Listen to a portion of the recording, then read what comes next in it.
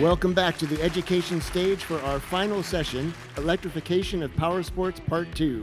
Ladies and gentlemen, please welcome your panel moderator, the Director of Sales for Tucker Powersports, Brian Healy.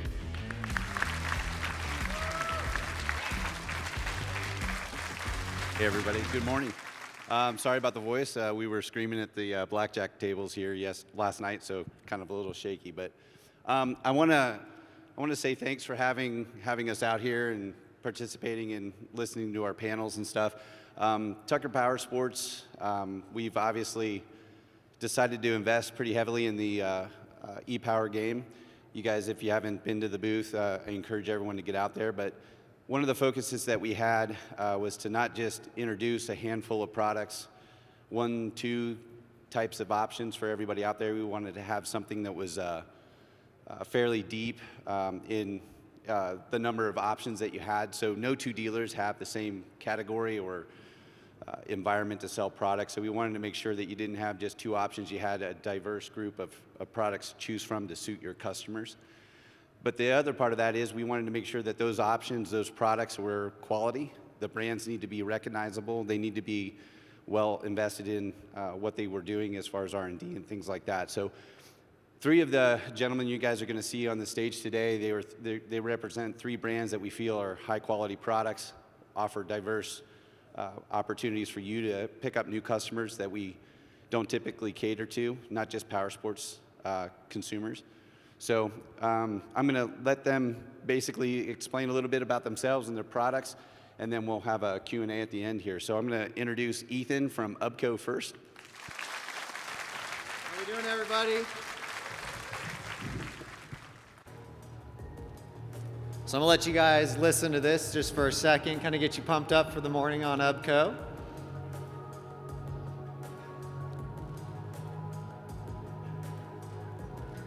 So UBCO, we originated in New Zealand, is where the brand's from, which is really cool. So we started back in 2015, 2016 is when the company started, stands for Utility Bike Company, but it was really on the premise of electrifying 2 wheels. And if you know anything about New Zealand, it's huge into farming, ag, farm bikes. Old Honda CT90s, CT70, 110s, everybody remembers what those are. This is kind of the new modern version of where we started, and that was the big thesis around the company. If you look at where we are, so we designed in New Zealand. Everything is assembled for the US market out of Eugene, Oregon. So we are assembled here. And I really want to talk about our range for 2022, what we're doing for our products, and kind of talk about, you know, what electrification is doing to the powersports market, how it can attract and transform new riders into the market as well. I think that's key. And it's really down to what electric technology can do and make super approachable vehicles. So I'll go into those here for you. If you look at some of our brand, we're very into tough and utility. So back to, again, those utility bikes that have been around for years, we're building premium, robust products that are going to last. You can use these in a dairy farm. You can come back and it's caked in stuff you want to be cleaning off, and it's going to last and corrosive. You can be forging these through streams. You can be getting the motors wet. Our batteries are IP66 rated.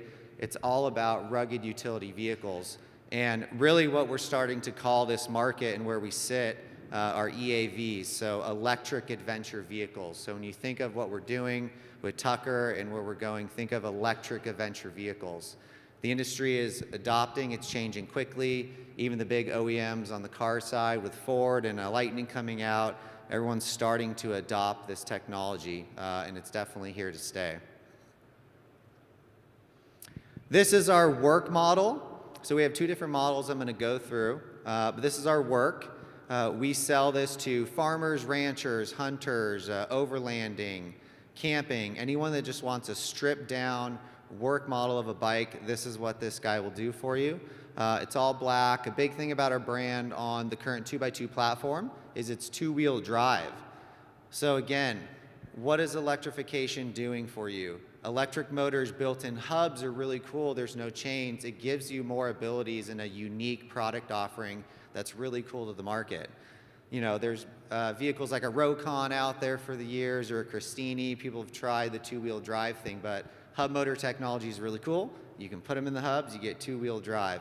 A lot of our vehicles you see 30 mile an hour, lightweight, 4 to 6 hour charge time, and we have really big batteries in these.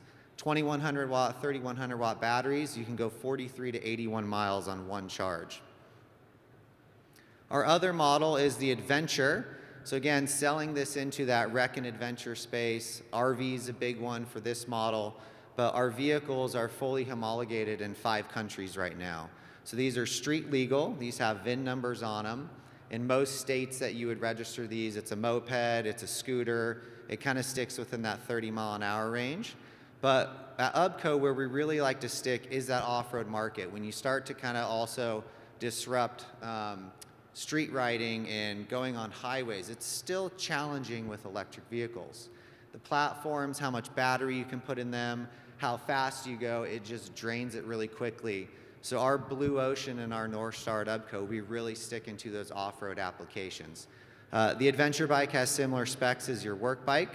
It's really just set up for on-road, comes with a VIN, and has all the turn signals and mirrors and everything else on it. We have 2 different capacity batteries, a 2100 watt and a 3100 watt. Our brand definitely doesn't have that range anxiety attached to it for how you use these vehicles. The battery is about 1/3 of the price of the bike, and it's also 1/3 of the weight. There's a lot built into it. But again, it's an IP66 rated battery. You can take these in high, water, dust proof situations out there. You can ride them in the snow, mud, and dirt, and they're perfectly fine. Some of the terms to look at, and then I'll talk about, how this is transforming people coming into a dealership, but, tough, effortless, quiet, versatile, safe, intelligent. These are the things that electric vehicles provide to the market. If you go into the tough side, I'll talk about our motors. So we design all of our own motors. These are dual sealed on both sides, but is a brushless DC hub motor. So it has planetary gears inside. And really the beauty of getting away from chains too, when you can actually put this into a wheel and you can ride off-road, you're not going to break a chain, a derailleur's not going to come off. It's just a new way to ride. And even hunters and people that are out there, they love it because of how rugged these things are. Effortless, that's one of the cool terms we use, and it's something of how easy these vehicles are. We can change the way people are riding from a man or woman coming into a dealership store, but these vehicles are very simple, and that's because of what electric motors can do. When you get on a vehicle like this, they're automatic. There's instant torque. Like a normal motorcycle, it's going to be top heavy. You're going to be leaning when you want to turn. And when we go to a lot of events and we get butts on seats with the consumers, they come back and they go, "Oh my God, that thing was awesome. It was zippy, and I'm not actually leaning. It's so easy and effortless to ride. I'm sitting there just turning the handlebars." So what that does, it's bringing in new riders into the store. It's making it approachable for Powersports with an electric vehicle because of the technology and what it can provide. Versatile is awesome on our brand. You're going to see utility, utility, utility. We have 19 dropouts welded into a frame of our bike where you can attach accessories. It's a naked frame, but you get rid of all the plastics and all the other things on the bikes, and you just make them so versatile for all these other applications. And again, it's back to those old Honda 90 days that everybody knows. Everyday versatile vehicle that you could ride on road on a farm, or you could go commute and go get some milk at the store. Safe, low center of gravity, low CG. In some of our markets in ag applications, we'll go and replace ATVs or UTVs because those have higher rollover rates for deaths. So what vehicles like this provide is they're still torquey, they can have a high payload on them, but there isn't a rollover. It's a low center of gravity, and that's a lot of what you see in the design of our bikes right now. Intelligent, everything is through your app. So we have different modes on the bike, but it's very intelligent. What that does for the consumer is it can also make them more intelligent about their bikes. We give them the ability to have 4 levels of regenerative braking that they can set, 3 different power modes depending on if they're trying to go up a steep hill, they may be pulling a deer out after hunting. We give that optionality because of the electric motors, and there's a full computer inside. So it's really cool what you can do, even just on the fun techie side. So that's our 2022 lineup. This is a new product that we have coming out. This is still in our prototype stage, but this is called the FRX1, and this is another way to look at what's going on in the power sport industry with vehicle types that are not a full motocross bike, but there's this hybrid, electric trail bike series that's starting. So there's other companies out there like Suron, Segway, Cake, others that are starting to get into the segment, but it's really all down to approachability again. It's not going to be as heavy as a full-on dirt bike, but you can still get 15,000 watts to the rear tire. The thing is a blast, amazing torque to it, but again, it just gets other people into riding because they're much more manageable and they're automatic and they're just fun to ride. So definitely keep your eye out on the space for our FRX1. This will be out probably sometime next year. We're still in the design phase, but it's part of the evolution of the UBCO brand and where we're going in different product sets. And I'll round out on relationship with Tucker. So Tucker's making a big push into the e-power segment right now. It's really good timing, but if you're over at the booth and you see what's going on, that's the opportunity within your dealerships is to have an electric platform and multiple premium products through Tucker. What we do, again, we talked about assembled in the USA for UBCO. Everything is here. All spare parts are stocked. Tier 1 support. We have financing and flooring programs in place. We have all the consumer financing programs. So it's definitely time to jump into the electric space.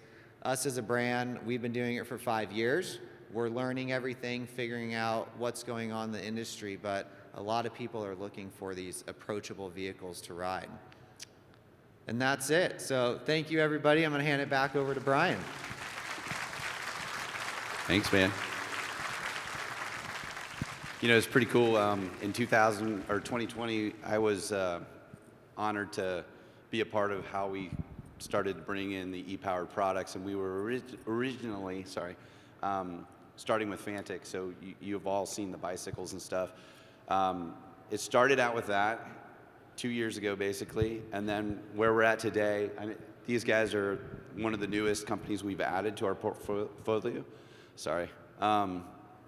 But to see the amount of product that we're bringing in to market, kind of catering closer to that motorcycle consumer, but also bringing in aspects of camping and RV, adventure, those types of things. Those are things we never had. So 2 years ago, when we started this, I don't think I would have ever guessed we would have that much product available to you guys. So one of the other companies that was actually pretty early when we were talking about e-power, we wanted to have a bicycle and a scooter.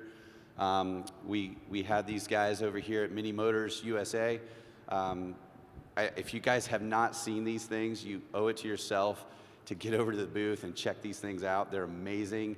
You will be blown away at the performance of these scooters. So when you think scooter, you're thinking Bird and all these little Weezer bike scooters. These guys are really more geared towards power sports. So I'm going to introduce John from MiniMotors USA.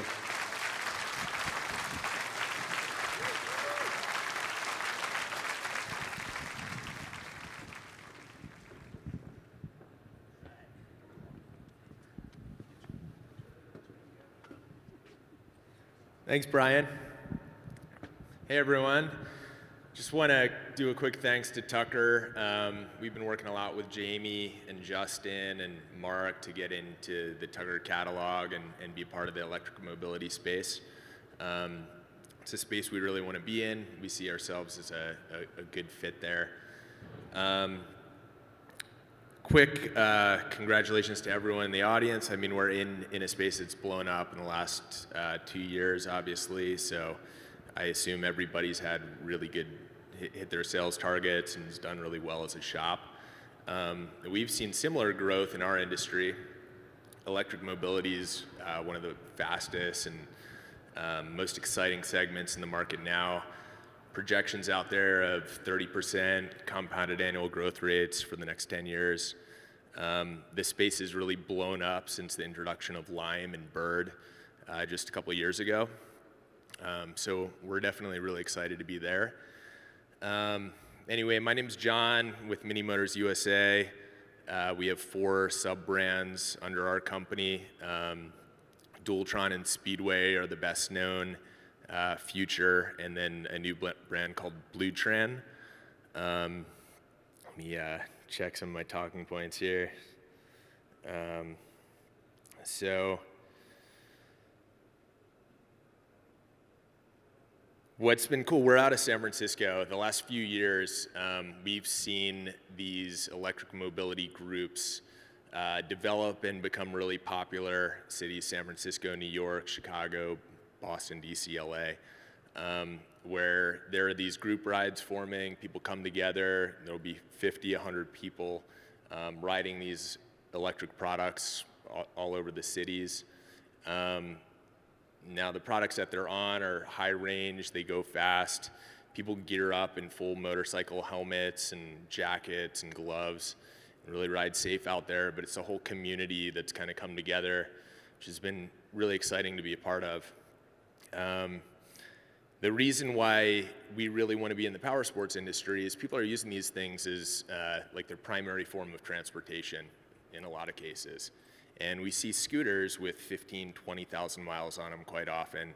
There's obviously a level of service that goes along with a product being used that much. And a lot of the customers don't have the ability to change tires and change brakes. And then other things that might happen if a switch goes out, and I'm sure you guys are fully aware of the service that goes along with motorcycles. On the electric side, it's not that complicated. You're not changing out rings or rebuilding engines. You might be swapping out a motor controller, which isn't the biggest job out there. But again, even in our models start at about $1,050, go all the way up to about $7,000 for a scooter. Our flagship models are in like the $4,000 to $5,000 price point. And also a lot of guys out there want to see these things in person. They want to come in, they want to know they have local support, they want to test ride them, they want to see what they're getting for that money. So on our website, we get a ton of traffic representing these brands. We have a dealer locator. All the sales will flow through Tucker, and we'd add you to our dealer list. We enforce a MAP policy out there, so to create an even playing field with everybody in the space. We think that's very important to do. And then these are the guys that have ultimately decided they want an electric scooter instead of a motorcycle to begin with. So they're customers that might not be in your shops right out of the gate, but they are looking for these products. And ultimately, I guess they kind of find their way in afterwards because they're looking for helmets, they're looking for jackets, they're looking for the safe riding gear. So customers that also buy the soft goods and the safety equipment. And then in regards to upgrade cycles, we sell like 20 models of scooters. A lot of people get into it after riding one of the Birds or Limes. So if you're in a city where those things are out there, we hear it all the time. People take one for a spin, ride them a few times and say, I can't believe how much fun I had on one of these. So ultimately they want one on their own. They get into an entry-level model.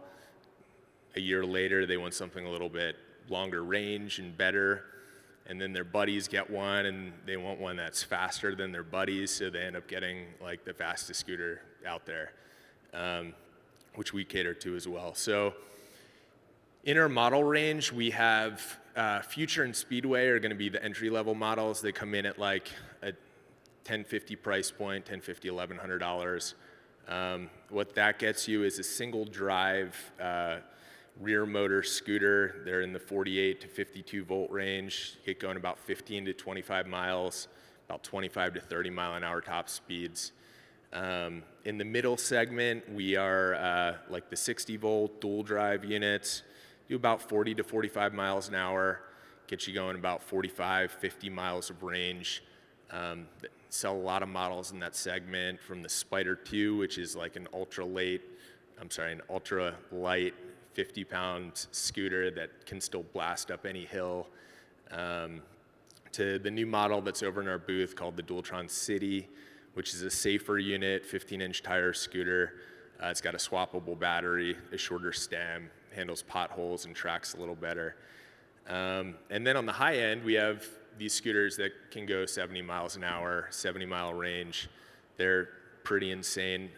People don't really realize what you're getting in that space until you ride them. So, I mean, we want to show these to customers all over the place, and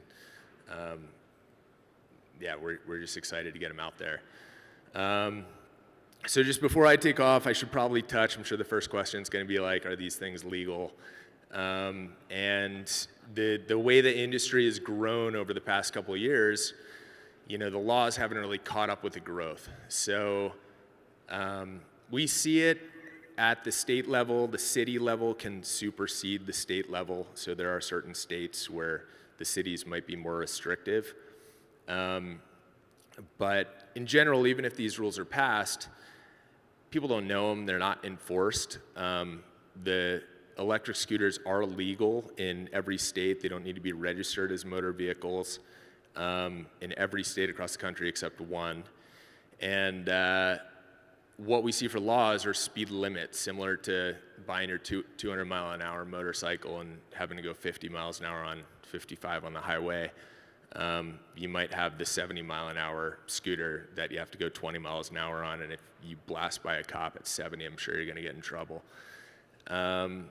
But that's how, you know, we see the legalization of these. If there is a clear path to registering the higher-powered units, we would love to see that. If it becomes more restrictive in the space, we'll build models that are the best in class, that'll comply with all the regulations out there. So again, stoked to be with Tucker, and nice meeting everybody. If you guys haven't stopped by our booth, please do so. We've got some pretty cool products. So off to Evolve.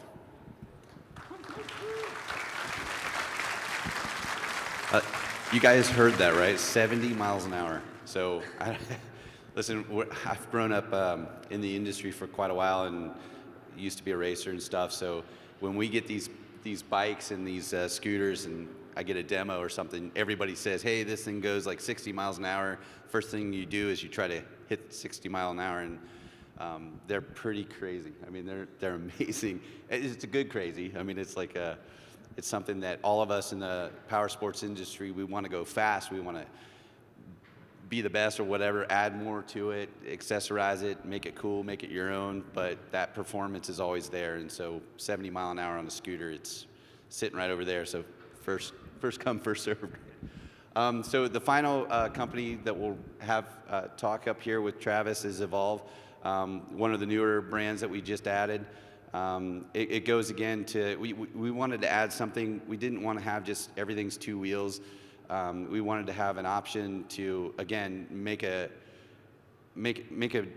get those customers that you don't typically see. So the power sport customer that you guys always see coming into the door, that customer base, if it's not going to grow your business by bringing in outside category customers such as skateboarders and stuff like that, you're not going to grow. You have opportunities by bringing in these kind of brands to grow your business. So, but when we do that, there's a lot of stuff out there in this particular category.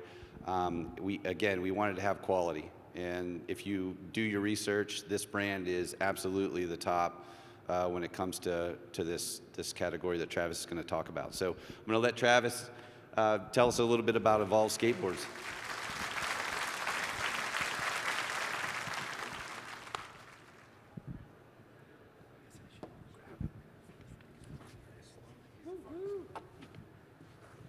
Hello. G'day, I'm Travis. I'm from Evolve Australia. Obviously the accent may give where I am from away. Firstly, thanks to Brian and also to Ethan and John. I think one thing that has been mentioned, but I want to drive it home straight away, is that Tucker's been very supportive of brands like ours. It's been really exciting to see a business like Tucker take interest in businesses like ours. We're nowhere near the size, obviously, of the Tucker Group or the expanse and the reach that they have, but it's awesome to see the ability and the interest they have in nurturing our brands working with us, with our support, with our technology, with our opportunities with you as dealers to grow our brands in this segment.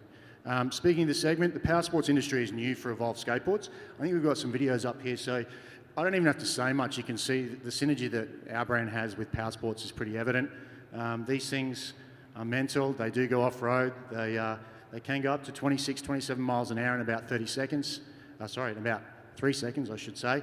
They are pretty much like snowboarding, skating, surfing, wakeboarding on land, but that is not where it stops. We get a lot of people from the powersports industry and people that have done motocross riding, are into their side-by-sides, their ATVs, etc., that see this as another form of big kids' toy to play on. And that's where we've come to work with Tucker to sort of understand the space a little bit better and understand how we can promote our product in this space. And again, all you have to do is look at stuff like this. A couple of my friends here skating on mountain bike tracks. These things are doing 30-odd mile an hour down and up mountain bike tracks. So the quality of the product needs to be premium to be able to handle terrain like this. And we've worked very hard over the last 13 years to perfect models such as our all-terrain vehicles, all-terrain skateboards, and our street models as well, which emulate your surfing, skating, and snowboarding as such. I didn't have a deck to talk too much about the product range. I think it'd just be easier if you come over and let me talk to you and maybe put you on one of our products, if you'd like. I do have a helmet there, so if anyone wants to jump on, please come say hello. But I did want to talk a little bit about why we as a company are doing what we're doing and why we are being successful. So there is a lot of, and I hate to say cheap Chinese imports because there is some quality product from China, but there's a lot of Chinese companies that are choosing to mimic and emulate brands like ours, and they really are a substandard product. They don't have the quality of the design, they don't have the in-country support, and they just basically don't have the community, as John said, behind them as well. So we've really pushed A, the quality, B, the understanding in the brand and the engagement that we provide to our customers, C, the alignment with people such as Tucker Powersports and yourselves, and also the community, as John touched on. So I'm new to understanding the powersports industry, but what I've seen is very similar to what we have within our industry and within the micromobility sector in general, is that passion and that understanding of the community and everyone coming together to enjoy moto, ATV, side-by-side, whatever. You guys love catching up together, having a few beers, having a chat about your products, going out riding together, and that's exactly what we're about. And I think that's something that doesn't get touched on enough in industries like ours. Yeah, product's great, product is quality and you're getting a great product for the price point, but I think the added value and the thing that we need to sell within our industry and within yours is the community that you guys have and what you can bring to a new customer base or a current customer base. And speaking of new customer bases, I think this is something for your businesses you should also understand is, and I think Ethan may have touched on this, but we are new to your segment. And what that means is we are attracting a new customer base to your business.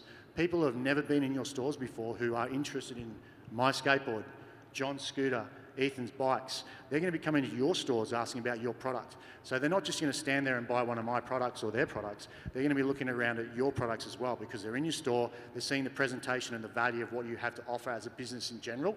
And as soon as you've got someone in the store, I'm sure you've got salespeople out there that can sell ice to Eskimos. So I think that value has to be touched on as well. So definitely community, definitely the value of an added revenue is something that should be thought of. With our business, with Tucker, and we're learning along the way, as I said, we're quite new within the powersports industry, but we are pretty picky about who we want to play with when it comes to retail. The reasoning behind this is we don't want to work with smaller stores that may have the excitement of wanting to work with us, but just don't have the understanding that they need to commit to certain product ranges, they need to get behind it, buy in with product, buy in with engagement, buy in with POP, learn about the product through Tucker University and our reps.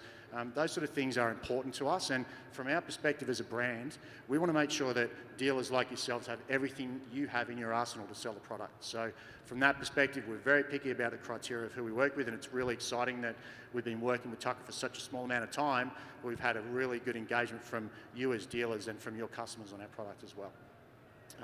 I might talk a little bit about the video here right now. So what you're seeing here is actually the Red Bull indoor motocross training track in the UK. Part of my role is to travel around the world and find new places to be stupid on these things. and this was one of them. We managed to secure this through Red Bull, and funnily enough, you'll see a Monster Energy truck in there. So we have affiliation with Monster, and needless to say, I didn't mention that to Red Bull when we brought this track on board. But what you can see here is the guys are racing on boards that are ours, but not only ours. So this was not only a race that we put on, but a community weekend. Touching on that community, and we're big about getting guys and girls to come along and enjoy their products in an environment where we're putting on racing, music, drinks, etc. And as you can see here, the racing was pretty cool. We've got guys on DIY boards, but a lot of guys on our products as well. And what I want to touch on with that, and inviting people from outside of our company to come and join us at these events, it's a smart way of actually getting people from outside your realm into your realm.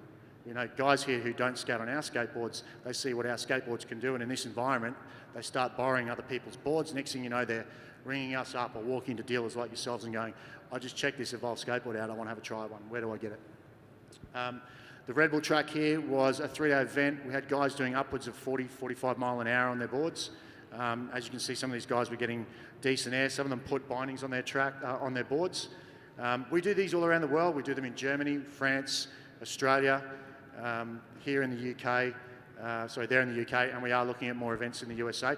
We do actually do a racing format called the Evolve World Cup, where we'll actually hire out go-kart tracks, indoor go-kart tracks. So we'll have a street set up, and I'll touch on the street and the AT in a minute, but in a nutshell, our boards have the diversity and the versatility to range from a street setup to an all-terrain setup. So we want to make sure we've got different format riding so that the riders can really understand and get enjoyment out of both formats of products. Again, this is in Spain. This is another BMX track that the guys have used to ride product on.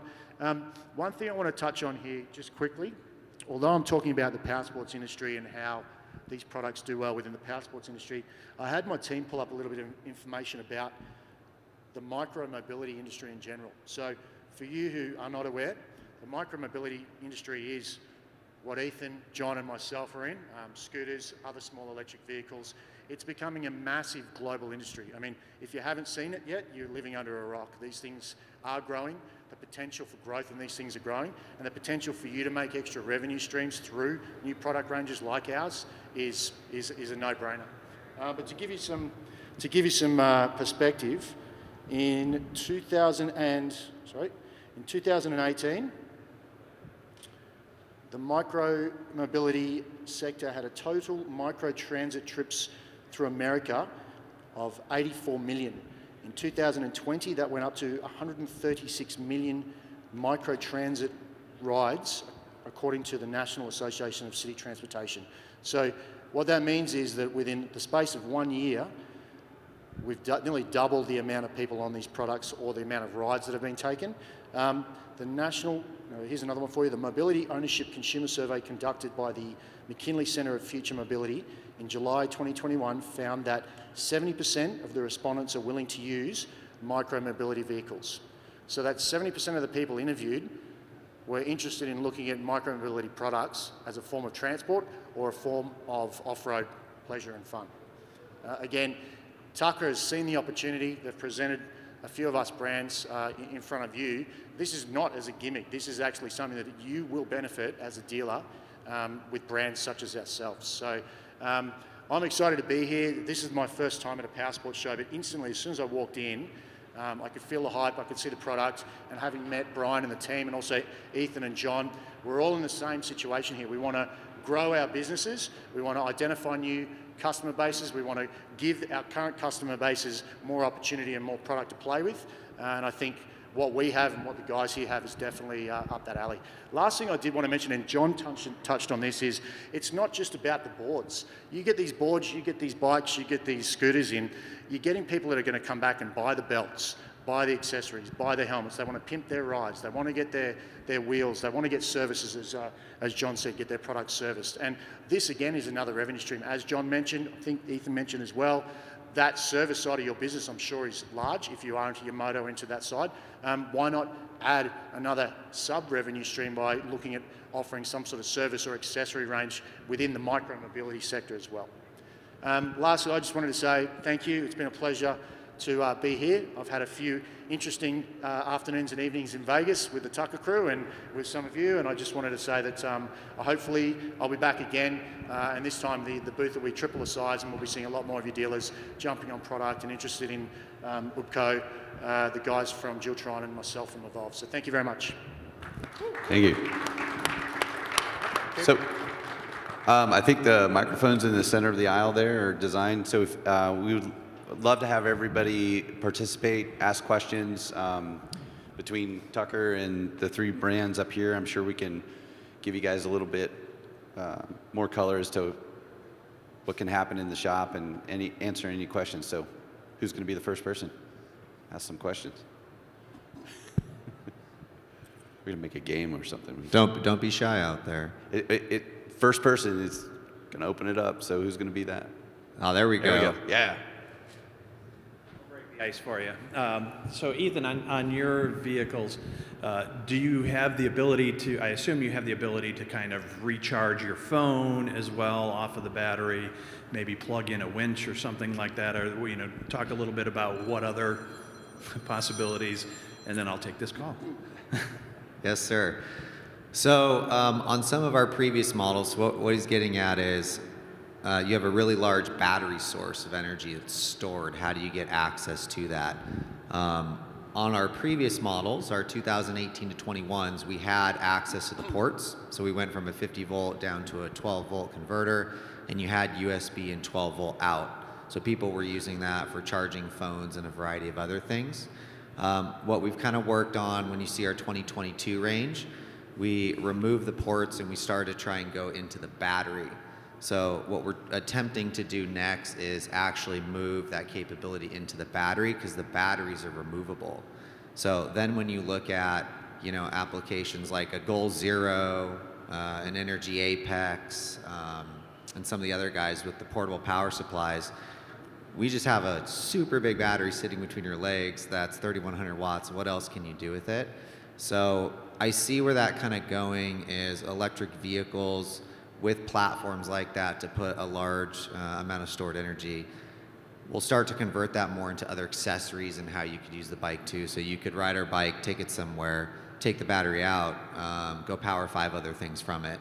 And it's just another thing that's changing the industry and how do you get access to these. So we don't currently on the 2022s, but there's a port on top of our battery that we put in that will be continuing to look at that. Who else?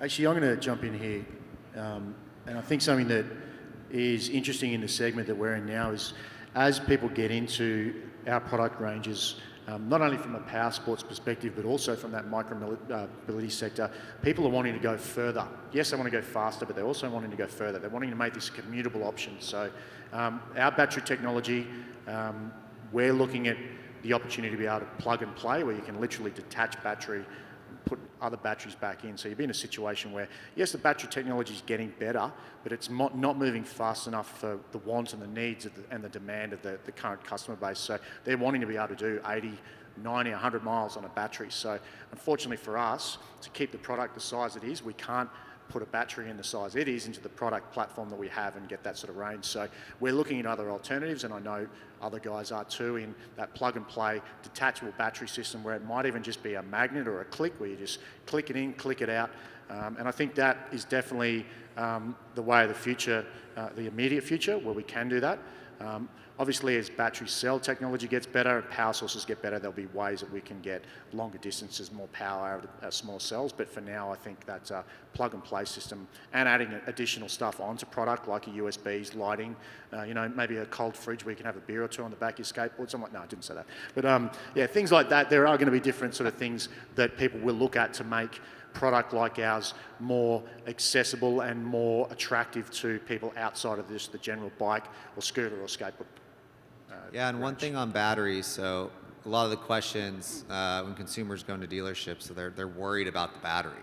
They're like, God, like, what's going to happen 1 year, 2 years down the road, 3 years down the road? But, battery technology, it has been out for a long time. A lot of us are all using the exact same automotive grade cells that are in vehicles. It's no different. So the stuff you see in these products, I mean, they're meant to last. Even when you look at cycle charges on these things, some of the statistics on like the cells we use right now, and everyone uses Panasonic, LG lithium-ion cells, they have amazing cycle charge rates, and the degradation of how much it drops, just like your cell phone, after you keep using it.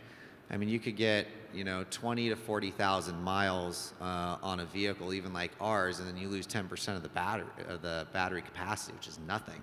So I mean, these things, they're meant to go for a very long time, but it's just creating that reassurance when consumers come in, to your dealerships. The stuff's been around.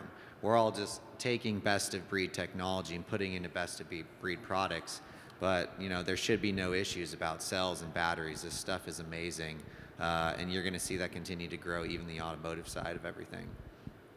Actually, another thing about that too, and touching on possible queries and concerns that dealers may have about not batteries but service and support. I think it's safe to say, I'm speaking for myself, and hopefully with these gents, and I know Tucker have definitely looked at the brands they're dealing with because of this as well, is the support factor. So for our business, Evolve Skateboards, yes, we're a global brand. We are based in Australia, but we have our our district headquarters in different countries around the world. We're not just a third-party logistics centre. We actually have technical support centres, customer service centres in country, so that if you have issues with your product or your customers have issues with your product, you can rest assured that you've got someone on the phone and action happening ASAP. And I think that's important in this day and age for the confidence from a dealer's perspective to understand that if they're getting into a new segment, they've got the support from us as a brand and from the infrastructure that we have to support you and your customer base. Yeah, and I think one of the reasons why we were choosing brands such as Evolve and MiniMotors and UBCO is that, to your point, Travis, I mean, having someone here in the U.S. or accessible for us to get problems solved or get parts or have any issues with warranties, things like that. With the FANUC product, we're working with Italy, obviously, and we don't have a home base here in the U.S. We've taken that upon ourselves to become basically the service center, the call center. So understand, I mean, any of you that deal with us as a distributor know that the number one thing that we're always focused on is the relationship side. So we're never going to sit there and let you get stuck with something or on the hook. We're always going to try to assist you, whether it's sourcing a part, getting a hold of someone, returning something, taking care of you. Some of you that have had the bikes, since that was the first product we've dealt with, we had some shipping issues. We work with the vendor, we do it ourselves in-house, we create a solution that's best suited for quality. Again, we don't want to be sending you guys stuff that you're going to work on straight out of the box because something's broken right away. So everybody on this stage here, including Tucker with the FANUC product, I don't think there's ever been a single challenge that we're not able to have solved. So, and we've had some. I mean, we've had some issues where we're working with states that we either can sell in or can't sell in. These guys are working super hard on determining where they can help us the most so that you don't have to wait, don't have to do a bunch of hoop jumping and things like that. So that was one of the concerns we had too, so make sure we had that support. Yeah, and so one thing of how you can make any of our products up there successful, like do the point of sale side. Take it serious. Don't put these products in a corner and just walk someone back there. Like, people want to ride this stuff because they've never experienced it. And butts on seats, as we all know, in any industry in power sports is amazing, but you have to get people to ride electric vehicles. They will walk out of your shop with a whole different perspective. It's a whole unique feeling for them. And the conversion rates are very high for what we all do. I mean, we have, 4 to 5 to 1 conversion rates. Get people riding these things. Get test ride and experiences set up. That's what people want. They want a test ride and they want new experiences. And that's what you can offer them. So the biggest thing we've seen for success, butts on seats, butts on seats, butts on seats. On that product in hand, butts and seats, product in hand, that's first sales tool, isn't it? Get the product in someone's hand and they're going to want to play with it. So totally. Yeah, I mean, people have no idea what these things do, so you got to get them out there. Well, I think too, at the dealership level, and it's on us as a distributor too with the reps. The education part of it is the most important in our minds. If we're just treating that like a case of oil or a helmet on the shelf, that product, to Ethan's point, is going to sit in the corner. So we've seen other people try to attempt at putting product into a showroom. They literally get it into the dealership. The dealership doesn't know what to do with it. They don't know much about it. Maybe there's a guy that rides a skateboard or mountain bikes or whatever. But at the end of the day, it ends up becoming furniture because nobody knows about it. Nobody has. It's not a process of, hey, I need this. Okay, it's right over there. Go pick it out, bring it over, check them out, and they're off. It takes time to walk them through the features, the benefits, understanding the culture, understanding that in the power sports industry, we're selling $10,000 dirt bikes, right? And when we ask somebody to sell a $5,000, $6,000 mountain bike, they're like, oh my gosh, $5,000 for a bicycle? That's the norm. We don't know that industry. We don't know the skateboard industry. We don't know the scooter industry that much. But the more we learn, we understand that the consumer out there understands that. They accept that. They look for that. So the quality is key to them. If we don't understand how to educate our teams that sell this stuff, it will turn into a dusty piece of furniture in the corner that you're going to be upset that you invested all this money into only for it to sit. So we have all this product. You could literally take that entire booth that we have in the center of the showroom or the floor down there, have that entire display set up, put it in your showroom, and if nobody's educated on it in your store to sell it, it's all going to sit there. And you've invested all that square footage, all that time, all that money, and the opportunity is all out there, and we've done nothing to get it. So for us at Tucker U, we're trying to get these guys on board to educate the reps as well as our employees that are selling this product, and they keep bringing more and more stuff to the table. So check out Tucker University too. I think that's a big thing for you guys too. On what you just said, and again, I don't know the power sports industry well, but I know a few other industries where the internet is a wonderful thing, and a customer can pretty much jump online and start to research products on the internet and think they're an expert by the time they walk into your store. I'm sure with power sports you get guys and girls that come in and they know more about the specs of the motorbike than the average consumer because they've done their research prior to coming in. So having staff that have the knowledge and the confidence to be able to talk about the product is key, because if you have people that are coming in, and you may have people that come in that have no idea about our product, and that's great because you guys can inform them. You've got the information, you've got that arsenal with the tools that University Tucker have offered. But if you have people that are coming in that have an idea of what they're wanting, and they are there and they're wanting to ask you questions, and your staff don't have the ability and the understanding of the product, there's no confidence in your staff for them to purchase off you. So they'll just walk away and purchase through another supplier. So that knowledge is power concept, which has been around since the start of time, is definitely key. And obviously Tucker University have definitely taken that with two hands, and we're also here to assist that as well. So, Travis, what's your website? I'm sorry? What's your website? Your website. So evolveskateboards.com. All right, great. John? MiniMotorsUSA.com. And Ethan? UBCO.com, Well, that was UBCO. Excellent, thank you. Any other questions from the audience? All right. Oh. Got it. Got one? Can you go to the microphone? To the center aisle? Question is, you were talking about training the salespeople, but my question is, who's going to train the people who ride this the first time? I can see how a professional skateboarder would jump right to this easily, but I was thinking about myself wanting to do it. Who's going to teach me how to do it? That's a good question, and I think part of the training that we will be talking to Tucker University about, and they'll be sharing with the dealers, and I think you guys may have already got this as well, is that we are putting together, or we've actually got these films on our websites on the How to Do series. So there's a How to Do series on how to use the remote, how to sync the product or the remote with the board, how to stand on the board. There's videos on how to put your weight displacement, everything you can think of that a customer may ask you about how to use this product. We've already thought about it and we've got it on video. 100%, I totally agree with you. If a customer wants to try this board, they need to have some sort of idea of how to do it.